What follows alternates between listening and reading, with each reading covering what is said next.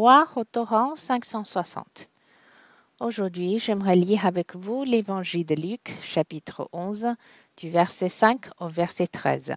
Il s'agit d'une parabole racontée par le Seigneur Jésus qui nous encourage particulièrement à prier. Lisons d'abord ce passage de la Bible.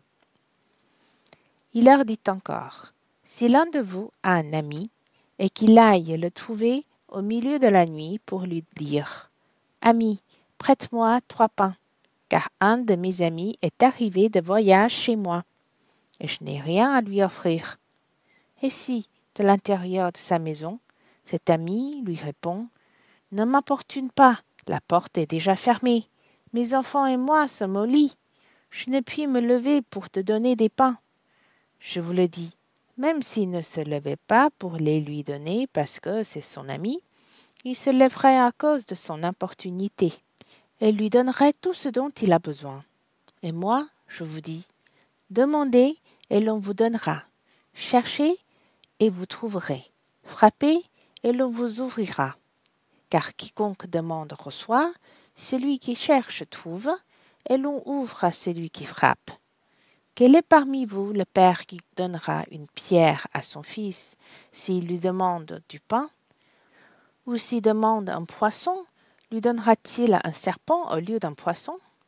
Ou s'il demande un œuf, lui donnera-t-il un scorpion? Si donc, méchants comme vous l'êtes, vous savez donner de bonnes choses à vos enfants, à combien plus forte raison le Père céleste donnera-t-il le Saint-Esprit à ceux qui le lui demandent? Après avoir prié à un certain endroit, le Seigneur Jésus a enseigné aux disciples comment prier en pratique. Ensuite, il a raconté cette parabole pour encourager les disciples à prier en continu, à persévérer jusqu'au bout, car Dieu écoute les prières. Vous remarquerez que le Seigneur a raconté cette parabole de façon très vivante, comme s'il racontait un conte. Il a dit qu'il y avait un homme qui était allé emprunter 3 pains à un ami au milieu de la nuit. En fait, ce n'était pas pour lui-même, mais pour son ami qui est arrivé de voyage chez lui. Mais comme il n'avait rien à offrir, il est allé chez un autre ami pour les lui demander. En réalité, il a intercédé pour quelqu'un d'autre. Arrivé chez cet ami, ce dernier a dit « Ne m'importune pas, il fait déjà nuit, toute ma famille est déjà au lit.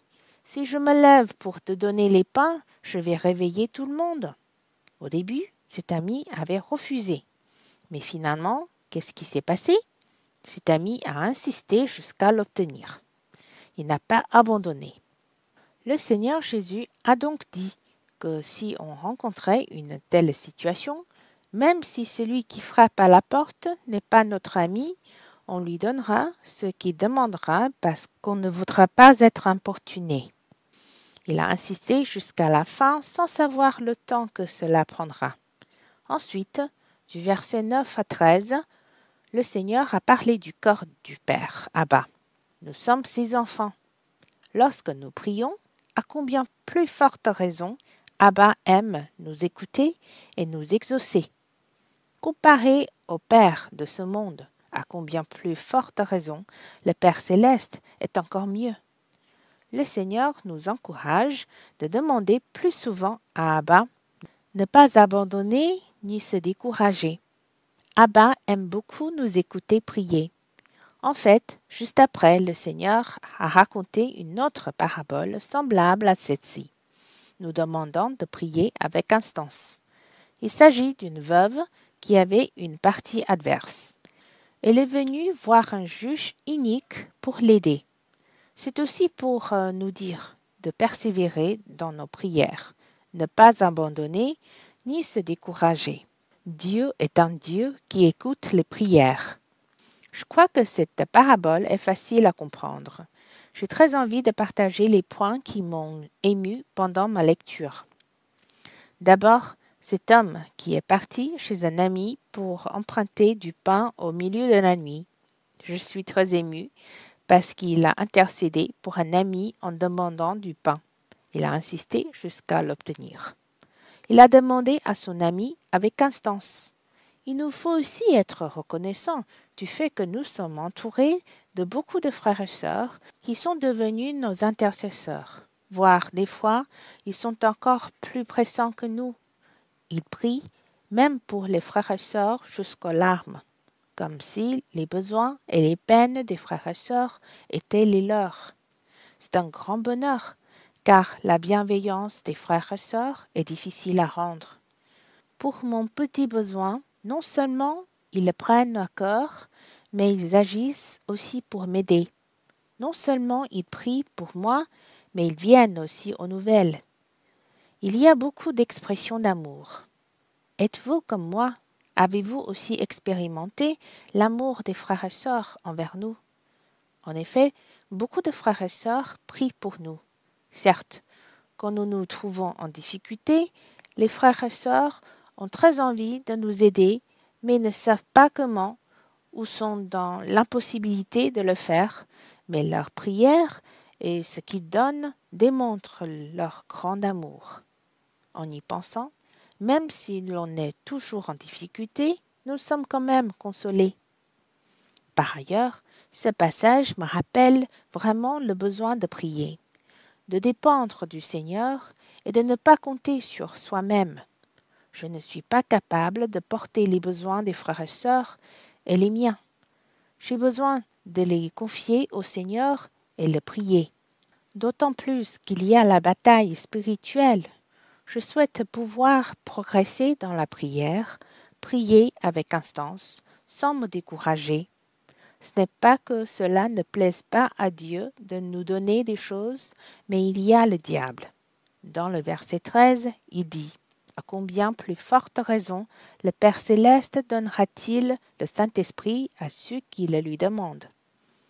J'ai le sentiment que la volonté de Dieu est de me donner le meilleur. Malheureusement, des fois, nous manquons de foi et ne demandons pas. On n'obtient pas parce qu'on n'a pas demandé.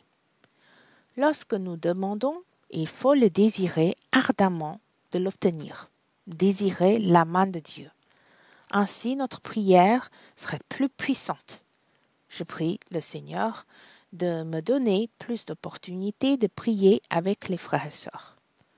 À cette époque, pour le relèvement de l'Église, d'amener beaucoup de gens à connaître le Seigneur. Cela ne dépend vraiment pas de nous. Il nous faut la puissance du Saint-Esprit. C'est très précieux qu'ici le Seigneur a promis que Abba donnera le Saint-Esprit à ceux qui le lui demandent. Que le Seigneur nous bénisse. Prions ensemble. Seigneur, que tu me donnes et à l'Église l'esprit de prier, la charge de prier. Apprends-nous à prier, que nous puissions te voir ta volonté et ta gloire. Que nous venions devant toi remplis de foi, de prier sans nous décourager. Seigneur, cette époque a vraiment besoin des œuvres du Saint-Esprit pour ouvrir le cœur des gens. Protège-nous des ennemis. Seigneur, aide-moi et les frères et sœurs à dépendre de toi, prendre plus de plaisir à prier et à persévérer avec les frères et sœurs. Abba, tu donnes volontiers le Saint-Esprit à ceux qui le demandent. Que tu amènes prochainement l'ensemble de l'Église à expérimenter le relèvement spirituel, le relèvement des prières. Seigneur, je te remercie de nous avoir placés dans cette maison, de nous permettre de bénéficier d'autant d'amour sans condition, d'autant de soutien. Seigneur, que tu nous montres que peu importe l'environnement, tu es là et les frères et sœurs aussi pour nous aimer. Seigneur, que tu réconfortes profondément les frères et sœurs qui sont malades ou en difficulté, qu'ils puissent expérimenter et ressentir ton amour et ton soutien ainsi que ceux des frères et sœurs. Que le Seigneur bénisse tout le monde.